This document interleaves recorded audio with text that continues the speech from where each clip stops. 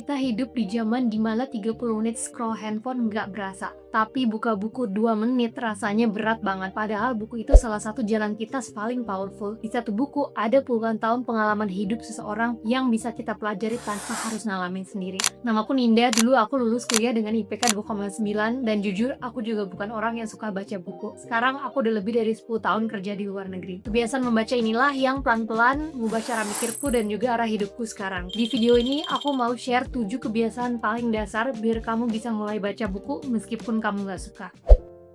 Yang pertama, tentukan kenapa kamu mau baca. Sebelum bahas caranya, kita mulai dari alasan. Karena tanpa alasan yang jelas, kamu gak akan bergerak walaupun ada berbagai macam tips yang di-share. Nah, pertama tanya ke diri sendiri, kenapa aku mau baca buku?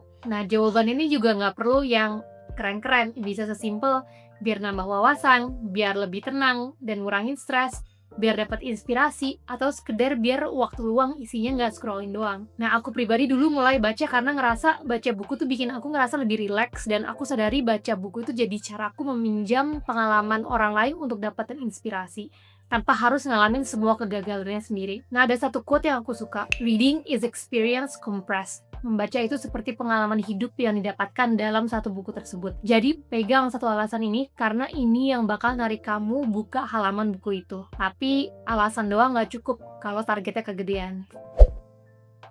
Yang kedua, turunin standar baca buku 1 halaman per hari aja. Nah, kesalahan paling umum orang yang mau mulai baca tuh biasanya langsung pasang target yang tinggi, 30 menit sehari, sebulan 1 buku, 20 buku dalam setahun. Nah, biasanya target kayak gini tuh bisa berhenti di minggu pertama. Nah, kalau kamu sebelumnya nggak suka baca, target kamu cukup 1 halaman sehari.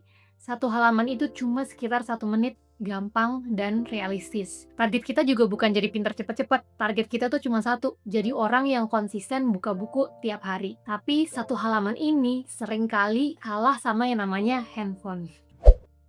Nah, makanya yang ketiga adalah baca sebelum buka handphone. Aturannya simpel, baca dulu baru buka handphone. Kenapa ini penting? Di otak kita tuh ada zat kimia yang namanya dopamin. Secara medis, dopamin itu bukan zat yang bikin bahagia, tapi zat yang bikin otak kita bilang, ini penting loh, perhatiin ini, ulangin ini lagi. Jadi dopamin itu tugasnya ngasih dorongan dan membentuk kebiasaan. Setiap kali kamu scroll sosial media, lihat video pendek, dapat notifikasi, dopamin kamu tuh langsung naik cepat. Otak langsung belajar, oh ini menarik ya, yuk kita lakuin lagi. Makanya scrolling bisa 30 menit tuh tanpa kerasa. Bukan karena kamu bahagia banget, tapi karena otak kamu terus pengen lanjut. Masalahnya dopamin dari handphone itu instan dan berulang cepat. Otak jadi kebiasaan nyari rangsangan yang cepat dan ringan. Sedangkan baca buku kebalikannya, dopaminnya tuh nggak langsung naik, butuh fokus banyak yang di awal. Jadi kalau kamu buka handphone duluan, otak kamu tuh udah dipanaskan dengan dopamin instan.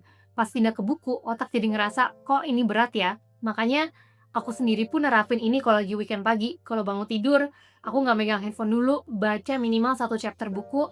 Nah, habis itu ya kalau mau scroll ya boleh aja. Kita nggak ngelarangin handphone, kita cuma bikin buku dapat giliran pertama saat otak kita masih paling fresh. Tapi banyak orang bilang aku nggak punya waktu baca.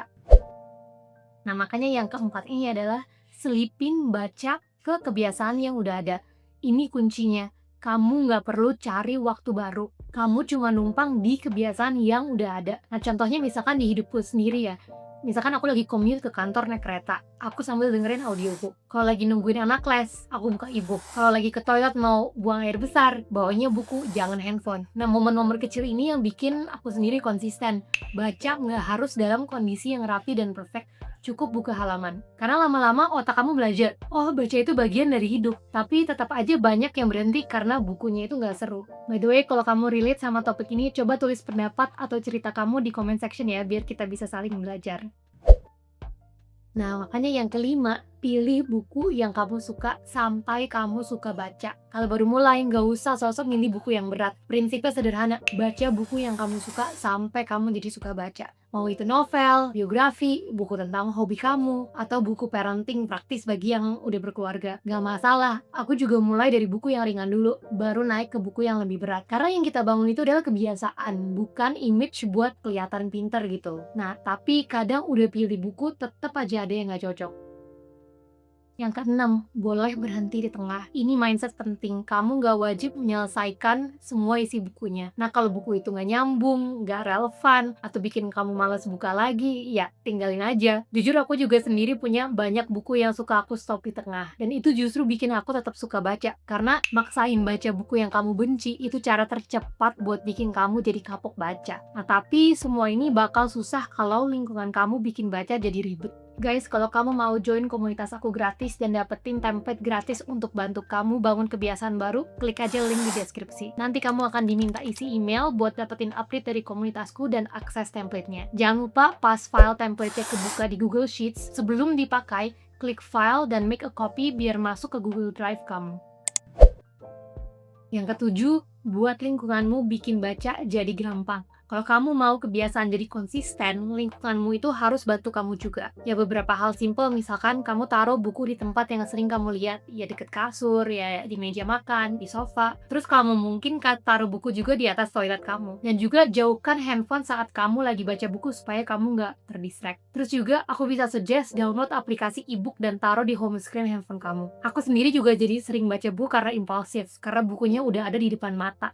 Misalkan lagi WFH, buku aku taruh di meja kerja, pas butuh break, jadi kebaca satu chapter buku. Nah, tapi kalau kamu memang tipe yang sehari-hari selalu beraktivitas dan jarang punya waktu duduk diam, ya misalkan commuting, jalan pagi, lari pagi, atau sambil beberes rumah, alternatif baca buku bisa juga dengan dengerin audiobook. Nah, salah satu platform yang provide audiobook dan ebook yang lengkap di Indonesia ini adalah Storytel. Kamu bisa subscribe mulai dari Rp20.000 per bulan, dan bisa dapatin akses tidak terbatas ke semua audiobook dan ebook yang ada. Ya pikir-pikir ini kan juga jauh lebih murah dibandingin harus beli buku satu-satu, dan ini bisa kamu akses kapan aja, mau itu sambil ngejalanin aktivitas kamu tadi. Nah, targetnya tetap sama, konsumsi buku tiap hari, tapi formatnya boleh beda.